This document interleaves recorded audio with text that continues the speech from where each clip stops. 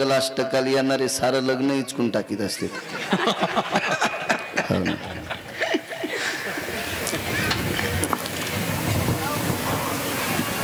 ह्या कोपऱ्यात पण काही जागा आहे, काही तरुण मंडळी स्टेजवर गेली तरी चालते.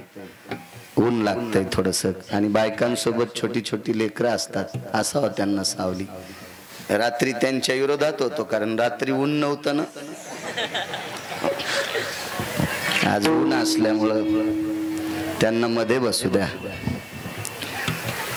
अनंत ब्रह्मांडे उदरी हरी हा बालक नंदा घरी नवल केवडे केवडे नकळे कानोबाचे कोडे. प्रस्तुत प्राप्त प्रसंग निवडलेला अभंग विश्वमान्य विश्वभूषण विश्वाधिकार विश्वप्रिय चिन्मयी स्वरूप असणारी अधिकार संपन्न साधू श्रीमंत श्री जगद्गुरु तुकोबाराय यांचा कालांतर प्रसंगातील प्राप्त प्रसंगी निवडलेला अभंग.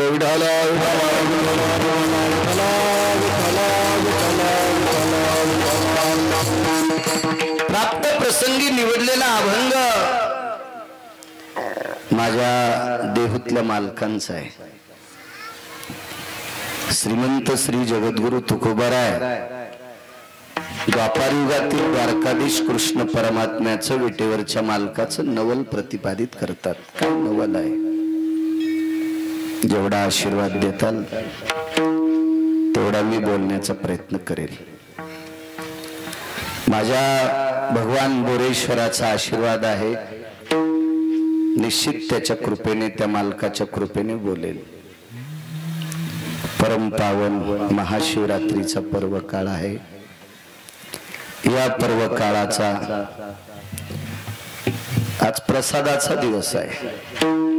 अशा या पर्व काळावर महाशिवरात्रीच्या उत्तमोत्तम शिवरात्री मालकांचा पुरावा आहे. या पर्व काळावर तुम्हाला खूप खूप भरभरून माझ्या बोरेश्वराचा आशीर्वाद तुम्हाला मिळो अशी भगवंताच्या चरणी प्रार्थना. सज्जनो, निसर्गाचं चक्र हे भगवान बोरेश्वराच्या डोळ्यात आहे. भगवान बोरेश्वरानं डोळा उघाडा तरच पाऊस पडतो. बरं, त्यानं डोळा झाकला की बंद पडतो, त्यानं जास्त फडकिला की गारा पडतात. या वर्षी त्याचा डोळा माझ्या बोरेश्वर प्रभूंचा गोड असा उघडावा. या परम पावन या महाराष्ट्राच्या मातीला गोड असा पाऊस पडावा आणि शेतकरी राजा सुखी व्हावा. कारण शेतकरी राजा सुखी झाला की सगळे सुखी होत असते. आरामखोर त्याला मानित नाहीत भडवे, सगळे नाही म्हणायला ज्याच्या आखली नदीला गेल्या ते. कारण शेतकरी राजा हा रक्ताचा घाम करून मातीत टाकीत असतो आणि त्याच्या घामामुळे जगातल्या प्रत्येक व्यक्तीला मातीतून मोती तयार होत असतात. तो शेतकरी राजा आहे. ट्रकभर पुस्तक शिकला एक गव्हाणे साहेब माणूस, ट्रकभर पुस्तक शिकला. ते म्हणला मला फार मोठा अभ्यास आहे. म्हणलं सुंबळ्या, त्या अभ्यासाने एखादा ढग हाली तू का नालाय का?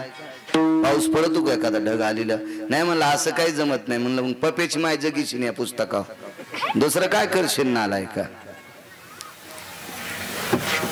हे विश्वातला आकाश हलवायची ताकद पंढरीतल्या मालकात आहे, माझ्या बोरेश्वरात आहे. त्यांनी गोड पाऊस पाडावा आणि शेतकरी राजा सुखी करावा. तो सुखी झाला की सगळे सुखी. आमचा एक मित्र भागवत सांगत होता, त्याला म्हणलं चल ना शेतात हुरडा खाला. ते म्हणलं लय कुसळ टोचते जो. आणि भागवत सांगतून तुपात बुडून चपात्या खातो सुंबळ्या, वरून पडत्या चपात्या तुला. शेतकऱ्याला कशी कुसळ टोचत असेल, गोखरू टोचत असतील, झिंजुन टोचत असतील, सराटे टोचत असतील, दसकट टोचत असतील. जाय नाही एखाद्या दिवशी, ज्या दिवशी भागवत नाही त्या दिवशी जात जाय जर पाहत जाय. आमच्या लोकांना पण शेतकऱ्याविषयी गोड बोललं पाहिजे. गोड गोड शेतकरी आहे. तो राजा सुखी झाला. महाराज अक्षयी झोळी ॲप संस्थांची माझ्या जीवनात मी एक झोळी ऐकली, ती भगवान दत्तात्रयाची एक झोळी. माझ्या जीवनात दुसरी झोळी ऐकली, सद्गुरु जलाराम बाबाची झोळी. आणि माझ्या जीवनात ही तिसरी झोळी पाहिली, बोरेश्वराची झोळी. भगवान दत्तात्रयाची झोळी अक्षयी सर्वांना ज्ञात आहे, दत्तप्रभू आहेत ते. गुजरात मध्ये वीरपूर नावाचं गाव आहे. या वीरपूर नावाच्या गावामध्ये भगवान बोरेश्वर, भगवान शिवशंकर एका साधूच्या रूपात गेले आणि जलाराम नावाचे संत होते. त्यांना सांगितलं मला इच्छा भोजन पाहिजे. केलं जेवण, वरण भात पोळी पुलाव दुधाची खीर वगैरे सगळं काही केलं. जेवले. जलाराम महाराज म्हणले, महाराज तुम्हाला दक्षिणा काय देऊ? जिने मला वाढे ती तुमची बायको देऊन टाका म्हणले. महाराज साधू साधू देऊन टाका म्हणले. असं पाहिलं, त्या बाईनं ऐकलं. ज्या महाराजाला जीव घातले त्यानं दक्षिणेमध्ये बायको मागितली, मला मागितले. मालकाला विचारलं काय करू, तू ठरव. बायकोला जा म्हणायचा अधिकार नवऱ्याला नसतो. लालनात पालयंते भार्या, पत्नीचं पालन हे लालनात करायचं असतंय, ताडनात नाही. तुझी इच्छा. कोर पातळ नेसली, दर्शन घेतलं साधूचं. चला मी तुमच्या सोबत येते. गावाच्या बाहेर येईपर्यंत साधू पुढे चलत होता. त्या साधूच्या पाठीमाग गुरुवर्य जलाराम बाबांच्या धर्मपत्नी चलत होत्या. पण तो साधू गावाच्या बाहेर जेवढे पावलं टाकले तेवढ्या पावलाला साधूच्या डोळ्यातून पाण्याचे थेंब पडत होते. साधूच्या काखेत झोळी होती, झोळी, आणि हातात एक दंड होता. गावाच्या बाहेर आल्याबरोबर साधूने आपलं रूप प्रगट केलं. तो साधू नसून भगवान शिवशंकर होते, भगवान बोरेश्वर होते. रूप पाहिल्याबरोबर त्या माऊलीनं चरणावर डोकं ठेवलं, पाठीवर थाप टाकली. माझी माय, काय सत्व आहे तुझं, ही झोळी घेऊन जाय. त्या झोळीमध्ये मुठभर पीठ होत. चंद्र सूर्य तोपर्यंत त्या झोळीतलं पीठ संपणार नाही. घेऊन जाय ही झोळी, घेऊन जाय. वीरपूरला आश्रम पाहला, द्वारकेला गेलो मी दर्शनाला. गावरान तुपातला प्रसाद खाल्ला. वाटलं एवढ्या मोठ्या संस्थांवर आपण जेवलो. बाहेर एखाद्याला जेवायला सांगितलं असतं तर आम्हाला 8 जणायला 2-3 हजार पुरले नसते. निदान 100-200 रुपयाच्या पावत्या फाडावा असं मानत झालं. एक जणाला विचारलं का हो पावती? इथं काय नाही म्हणले. आणि मग चालतंय कशावर? भगवान शिवशंकराने बोरेश्वरानं दिलेली झोळी आहे. या झोळीत कोण काय आणून टाकतंय त्याचा मेळच नाही. आमच्या देखता 100 गावरान तुपाच्या 15-15 किलो डब्याचा 100 डब्याचा आयशर टेम्पो आला. उतरून घेतलं. शिवाजीराव लाटे होते, मी होतो, बळीभाऊ कवळे होते. आम्ही त्या आयशरवाल्याला विचारलंय कोणी दिलंय? ते म्हणले मला काय माहित नाही, मला किराया द्यालाय आणि ही पावती आहे. हे 100 डबे इथं पोहोचलेले संस्थांची, फक्त त्याच्यावर सही घ्यायची आणि त्यांनी सांगितलंय अमक्या अमक्या नाव्याच्या दुकानात पावती आणून दी. ते कोणाचं असन त्या नाव्याला विचारा. ते नाव्याचं दुकान तिथून 250 किलोमीटर. आमच्या लक्षात आलं ही झोळी भगवान शिवशंकराची आहे. तशी अक्षयी झोळी आहे हरिओम बाबाची. ती झोळी, त्या झोळीवर सगळं चाललंय. मला चोंबळायचा नाद नाही, मी चोंबळीत नाही.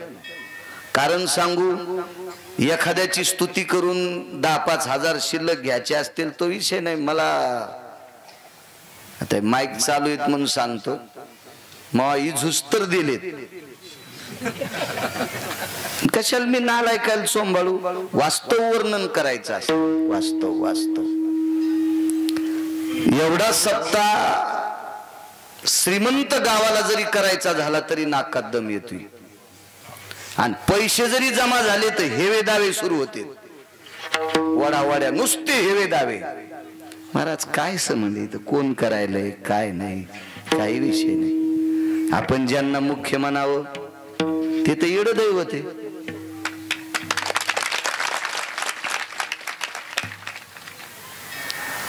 बोरेश्वराचं वेड दैवत आहे ने, काय म्हणून यांना मालक म्हणाव. मग हे चालवायला कोण, याचं मूर्तिमंत उदाहरण असेल तर भगवान बोरेश्वर चालवायला लागला. ती या महात्म्यावर कृपा आहे, आदरणीय बाबाजीवर अतूट प्रेम. उपस्थित श्रोत्यांना पुन्हा एकदा मनपूर्वक प्रणाम करतो. तुमच्या चरणी नाक घासून साष्टांग दंडवत करतो. मी रात्री सांगितलं तुम्ही आमचे देव आहात, देव आहात. एखादा शब्द बॉम्ब टाकल्यासारखा बोलतो, ते नीट होण्यासाठी बोलतो. काय माझं तुमचं भांडण नाही, बांधाल बांध नाही, तुम्ही काही मै जमीन कोरली नाही, 10-5 रुपये आमचे बुडीले नाही, काही विषय नाही. एक धर्मासाठी एखादा शब्द कडक बोलत असतो, त्याबद्दल माफ करत जा. प्रांतातून आलेली सत्पुरुष तुम्हा सर्वांना प्रणाम करतो. माझ्या बोरेश्वराचे तुम्ही भक्त आहात, सगळ्यांना प्रणाम करतो. गोड मृदंगाचार्य महाराज आहेत आमचे, पाठीमागचे गुणीजन मंडळी, 1-2 गायक मंडळीला थोडी अडचण आली नैसर्गिक, त्यांना जावं लागलं. चला, साऊंडवाल्यांनाही धन्यवाद. नवल केवडे केवडे नकळे कान्होबाचे कोडे. काय नवल विटेवरच्या मालकाच्या जीवनात.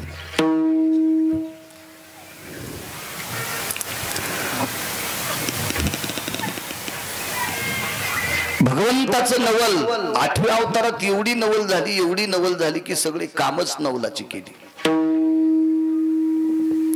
7व्या अवतारातले भगवान प्रभू रामचंद्र हे पंढरपुरातलेच मालक आहेत, आणि 8व्या अवतारातले कृष्ण परमात्मा हेही सुद्धा पंढरपुरातलेच मालक आहेत. पण नवल मात्र 8व्या अवतारात झालं. 7व्या अवतारामध्ये काही भंगिऱ्या लोकांनी पंढरपुरातल्या मालकाला त्रास दिला. आता मालकाकडे बाण होता, सोडा बाण, पण बाण लागायच्या अगोदर तो भंगिऱ्या समुद्रात लपला, बुडी घेतली समुद्रात, आणि समुद्रानं त्याला लपविलं समुद्रानं. कस काय समुद्राच्या गोळ्या संपलत्या मला काय तेही कळालं नाही. मदत तर समुद्रानं प्रभू रामचंद्राला करायला पाहिजे होती, पण त्या नालायक राक्षसाला केली. चला, असल त्याच्याही मनातलं काही वेगळं, आपल्याला तेवढं ज्ञान नाही, तितकी चिकस प्रवृत्ती नाही. पण पंढरपुरातले मालक भगवान मर्यादा पुरुषोत्तम प्रभू रामचंद्र एका महाराजांकडे गेले. नवल सांगतोय, नवल महाराजांकडे गेले आणि त्या महाराजांना सांगितलं, महाराज एक राक्षस मात्र या समुद्राच्या तळात बसलाय, त्याला बाणान माराव पण समुद्र काही दिसू देत नाही. महाराज म्हणले, राक्षस दिसल्यावर मारताल का? हा म्हणजे दिसल्यावर होणार नाही, पण बेटा समुद्र काही दिसू देत नाही. चला म्हणजे 2 मिनिटं समुद्राच्या कडेला गेले आणि समुद्राच्या पाण्यात महाराजांना हात घातला आणि पाणी किती घेतलं हातावर? उडदाची डाळिंबी, माश मात्रे जल, हे संध्येला घ्यावं लागते. आमची ब्राह्मण माणसं संध्या करत असतात. केशवाय नमः, माधवाय नमः, अच्युताय नमः, संकर्षणाय नमः, विक्रमाय नमः, अशी संध्येचे 24 नाव आहेत. आणि थोडस पाणी घ्यावं लागतंय. उडदाची डाळिंबी कमी अधिक झालं तर गाईचं मांस खाल्ल्या इतकं, दारू पेल्या इतकं पाप लागतंय, इतकं कर्म कठीण आहे. थोडस पाणी घेतलं, डोळे झाकले आणि काय विचार केला असेल तितकं पाणी पेल्यावर अख्खा समुद्र कोरडा.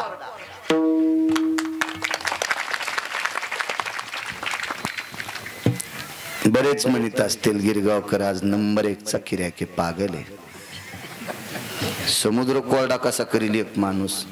सुंबळ्या त्या अगस्ती होते. एकाच मने माझा पिता जयाने प्राशिला, म्हणून मी बहु भीते गया साधू कुळाला. लक्ष्मी म्हणत होती सरस्वतीला, हे सरस्वती एका आचमनात माझ्या पित्याला पिऊन टाकलं. समुद्र लक्ष्मीचा पिता आहे. सरस्वतीला सांगितलं, बाई एका आचमनात पेलं, एक सागर पिऊन टाकला. कीर्तन झाल्यावर एक जणांनी फोन केला म्हणले, महाराज अगस्तीने किती सागर पेले? एक म्हणला, मी 9 सागर पेतो. म्हणलं, मग तू अगस्तीचा आज असशील.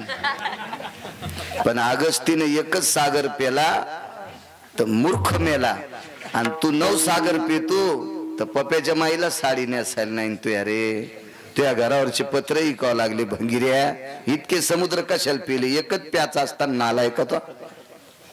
लय शहाणे झाले लोक, फार शहाणे. प्रभू रामचंद्राने विचार केला, महात्मा अधिकारी आपण घरी बोलवावा. प्रसाद घेण्यासाठी घरी बोलवलं. कौशल्या मातेनं स्वयंपाक केला. महाराज जेवायला बसले, आणि जेवायला बसल्याच्या नंतर आपल्याकडे पाणी द्यायची पद्धत असते. पाणी पाणी पाणी देत असते. कौशल्या मातेनं सांगितलं, मालक महाराज तुम्हाला पाणी नाही देता येणार. अगस्तीनं सांगितलं, रामचंद्र कौशल्या आई साहेब म्हणतात पाणी नाही, जेवायचं कसं? माफ करा म्हणले प्रभू, पाणी नाही. कारण रामचंद्राच्या मनात विचार आला, एका आचमनात एक समुद्र पेलाय तर 7 आचमनात 7 समुद्र, आणि पाणी देवा कुठून म्हाताऱ्याला? हे आपल्याला ऐकतच म्हातारं नाही म्हणले. म्हाताऱ्यानं सांगितलं, मी बिना पाण्याचं जेवतो. म्हातारं चांगलं होतं ते, सोयरिकी म्हणणार म्हातारं नव्हतं. लय काय काय नमरी म्हातारे. आमची इथे एक म्हातारं होतं, त्याला नाही बोलिलं की ते सोयरीक होऊच देत नव्हतं. असं म्हातारं आमची इथं भंगिरी नाही म्हणा, पण तुम्हाला राग येईन म्हणून आमची इथल्यावर घ्यायला लागलो. हो, त्याला जर नाही मान द्याला ना, ते तुम्हाला सांगतो पत्रिका छापल्यावर पण सोयरीक मोडीत होत. असं बा गावामध्ये टक्के जमा व्हायले. ते आता पाहुणे याचे म्हणजे काही इतकाले नव्हते, पहिल्या परिस्थित्या नाजूक होत्या. आता काय मोठी लोक झाली. 17 4-2 गाद्या हे ते ठराविक लोकांकडे होत्या. धक्के गिक्के आणले ते. हे ज्याला का रे कशाची गडबड आहे? काय नाही म्हणले, रावसाहेबाच्या पोराला पाहुणे पाहिले, याची सोयरीक झाली. टिळा यालाय, हुंडा घेऊन यालेत. काय हुंडा द्याला म्हण 30-35 लाख रुपये. बर बर, कुठले रे पाहुणे? ते म्हणलं एवढा हुंडा देणार म्हणलं उसावाले असतील गंतडीचे. आपलं काय पिकल बळडी तर कळडी घोडी नाही, तो उदो आंबाबाईची पळडी. आपल्याला कुठे इतकं असतं ते असतील जरा बर मोठा वाडा, पोकळ बसा, वारा जाई बसा बसा, काय तिथं चांगल्या भोईवरले असतील म्हणले. बर बर, घरी आल्यावर पोराला म्हणलं, अरे ते फलाण्याला साखर रुपये टिळा यायचं, आपल्याला नाही आमंत्रण. ते म्हणले सोयरिकीला सांगितलं नाही ना, आज सांगितलं नाही. म्हाताऱ्याला सुनान जेवायला वाढवत नाही, जेवलं. संडास नव्हती तरी डबा घेतला आणि रस्त्याला गेलं. जिकून गावात पाहुण्याच्या गाड्या येतात का, रस्त्याला लांब गेलं 1 किलोमीटर, आणि गाड्या ओळखल्याबरोबर हात केला. ह्या पटकान गिटकान धोतरण गितरण दांड्यान गिडल्यान. राम राम राम राम राम. कुठले पाहुणे येत? आमकं गाव गंगथडीच. बर बर, गिरगाव चालले वाटतंय. हो, कोणाची तर चालले? आमक्या आमक्याची. बर बर बर, काय कार्यक्रम आहे बाबा? आमच्या मुलगी तुमच्या गावात दिली आणि हुंडा घेऊन चाललो होतो. तर ज्याच्या बागलाला हुंडा होता का ते भावकीचं होतं. ते हुंडा भावकीच्याच बागलाला द्यावा लागत. येडगळ भावकीला मान द्यावा लागतो. हो, लय चालू भावकी लय बाबा. तुम्ही याला बी टाळ्याच वाजवायले का? लय लय चालू लय.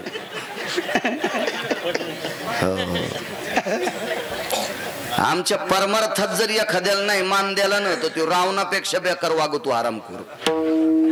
हो, कशाला माळी घाली तू भडव्या.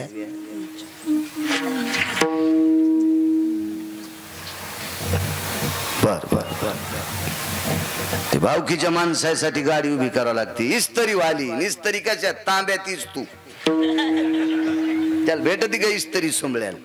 हा, आणि कपडे बायको लोकांचं रान खुरपीतीन याला घेतीन, याला कुठे इस्त्री असती का. पण इतकं वजन त्याचं जिल्ह्यापेक्षा तालुका मोठा. आणि त्या भावकीच्या बागलात ते हुंडा. म्हणले पोरीचा बाप कुठे, ते फालक्या. त्याला कशाची शिटावर जागा, ते माग बसलेलं कमांडर मध्ये. बर, तुम्ही मुलीचे वडील आहेत का.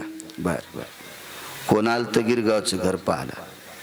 आपण कशाला, हे आमचे 2 भाऊ आले, भावकीचे 7-8 जण येऊन गेले. बरं आहे पोरग. बर बर बर, तुम्ही कुठले येत. गिरगावचाचे. बर, कस काय घर. आपण कशाला बोलावं, देवाला डोळे माणसं आंधळे. गेल्या गाड्या वापस वापस गेल्या, वापस गाड्या वापस. हो, असं म्हातारा संग ते काय पानछट म्हातारी काय काय बाबा विषय नाही. रामचंद्र बिना पाण्याचा जेवतोय, पण पाणी मला पुन्हा कधीतरी पाजावं लागेल. रामचंद्रांनी सांगितलं पुढच्या अवतारात पाणी पाजतो. नवल सांगायला नवल. प्रभू रामचंद्राने सांगितलं रामचंद्र मला अगस्ती म्हणतात, तुम्ही लक्षात ठेवा, तुम्ही वचन देताय जीव घालतोय, मला पाणी पुढच्या अवतारात पाजावं लागेल बरं का, लक्षात ठेवा. भगवंतानं थोडासा विचार केला. लक्ष्मणजी म्हणले मनानं हो, तुला काय सांगायचं राजा, पुढच्या अवतारात नाही पाचता आलं ते इतका जाळ करीन तर सरे समुद्र आटून टाकीन, विश्व जाळीन. साधं म्हातार होतं का. प्रभू रामचंद्रानं क्षणिक विचार केला आणि ते म्हणले पुढचा अवतार आपल्या मनासारखा स्वतंत्र पाजू. हो म्हणले मालक, पाजतो पाणी, पाजतो पाणी, काय काळजी करू नका. व्यापार युग सुरू झालं. भगवान कृष्ण परमात्मा प्रगट झाले मथुरेत. उत्सव गोकुळात साजरा झाला. आणि एके दिवशी गोकुळात उत्सव साजरा झाल्याच्या नंतर भगवान थोडेसे मोठे झाले. एके दिवशी गोकुळात उत्सव होता. तो उत्सव होता इंद्र पूजेचा. एक दिवस इंद्राची पूजा करत होते. ए कशाला वरी बसले रे खजिन्या. हो ना, ते बसा बसा, दटू नका. काही लेकर बायाले नवस करायला पिरापस्तोर. हो ना, आपले देव कमी पडल्यावर तिथरोक बोकडे कापायल्यात लेकर होण्यासाठी. आणि मग तिकडचे प्रसाद आल्यावर ते हिशोबात असतो का, ते असाच असतो. त्याचा काही ताण घेऊ नका. प्रसादात फरक असतो. महाराज रानोबा नावाच्या वारकऱ्याला पांडुरंगाचा प्रसाद भेटला तर चोखोबा जन्माला आले. चोखोबाला पांडुरंगाचा प्रसाद भेटला तर कर्ममेळा जन्माला आला. झाल्या भजन करीत होता. उपजताची कर्म मेळा वाचे विठ्ठल सावळा. आणि चोखोबाराय जिवंतपणी भजन केलं नवल नाही. शरीर इस्त्यात टाकल्यावर सुद्धा असती विठ्ठल विठ्ठल म्हणत होते. रात्री सांगितलं मी तुम्हाला. हो, चांगला पुरावा आहे तो. आपल्या देवांची प्रसाद वेगळी. आपल्या परमेश्वराची, आपल्या ज्या देवता आहेत, भगवान शिवजी असतील, भगवान पांडुरंग परमात्मा असेल, गणपती भगवान असतील, मा जगदंबा असेल, यांचे प्रसाद वेगळी प्रसाद आहेत. बाकीच्या प्रसादानं सगळं वाटुळ होऊन जाते. एखाद्या वेळेस वाटुळ, तात्पुरती मजा वाटती, मग सगळं नासत. बघा, इंद्राची पूजा ठरत होती. भगवान कृष्ण परमात्म्यानं सांगितलं इंद्र पूजा आज बंद करायची, आज गोवर्धनाची पूजा करायची. ठीक आहे म्हणले.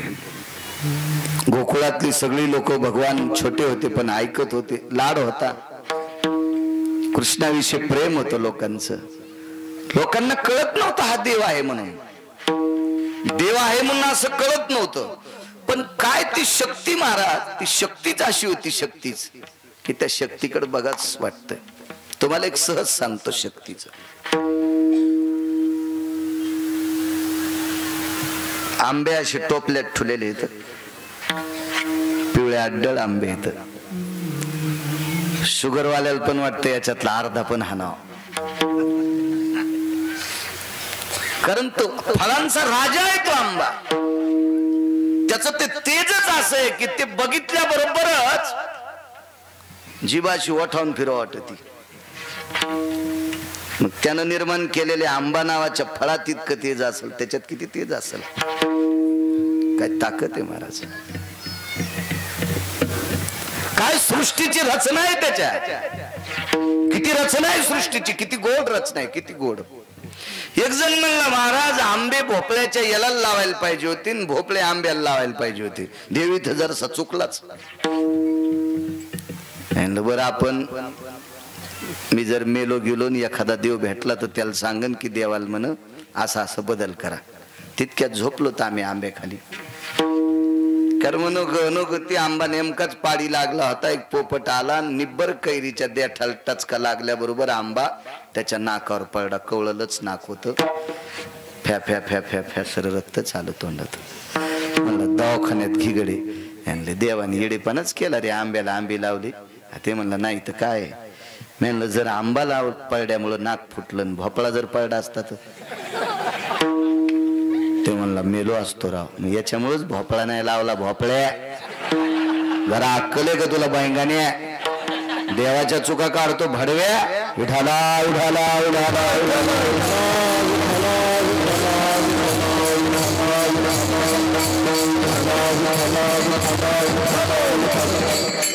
काय लीला आहे तो त्याच्या, काय लीला आहेत त्या मालकाच्या. एक जण मला म्हणलं महाराज कान दिले तो देवानं, कान ऐकायला दिले. ते म्हणलं ऐकायला दिले तर हे कातड ऐकत काय, हे ढक्कन कशाला दिले, याची काही गरज होती काय, हे कशाला लोंबकळलेलं दिलं. हा नुसतं छिद्र दिलं असतं त्याच्यातून आवाज जात होता ना.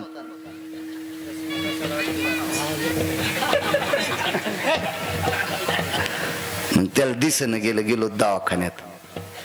मग डॉक्टरनं चष्मा द्याला. मी म्हणलं हे जर कातडे दिले नसते तर खेळा ठोकला असतास का इथं चष्मा अडकवायला? खेळा ठोकला असं कुठे आणले असतेस कुठे? हा चष्म्याच्या दांड्या कुठे अडकवायच्या? मग काय नियोजन आहे, काय नियोजन आहे मालकाचा विचार करा ना. कशी रचना केली असेल, कशी रचना.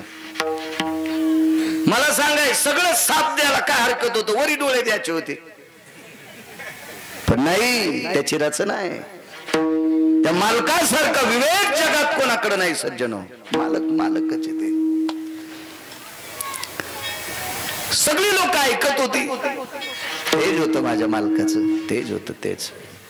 ए मावल्यांनो, जिकडे तिकडे जागा सावलीला भेटेल तिथं बसा. माय आता अजून इकडे झाडाखाली बरीच जागा आहे. बसा बसा, ऐकून बसा. ह्या बी रोज येत नाही तो. काय गिरगावकराच्या कीर्तनात बनलं गौसतीत काय माहिती. तरी यायला शिव्या देत, तरी याच्या कीर्तनाला येतातच. या विठाला विठाला विठाला.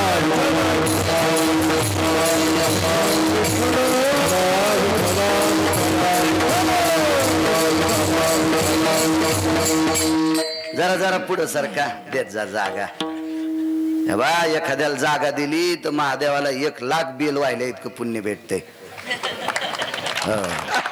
आणि त्याला नाही जागा दिली, या बायकाला नाही जागा दिली तर त्याच्या अंगावर तूप बी टाकलं तर ते म्हणून घासले तर टाकलं. देत जा जागा. ए माय सरक पुढं जरशी, सरक सरक. खरं खरं खुरपायला कशा रांगता हंगा अशा सारखा.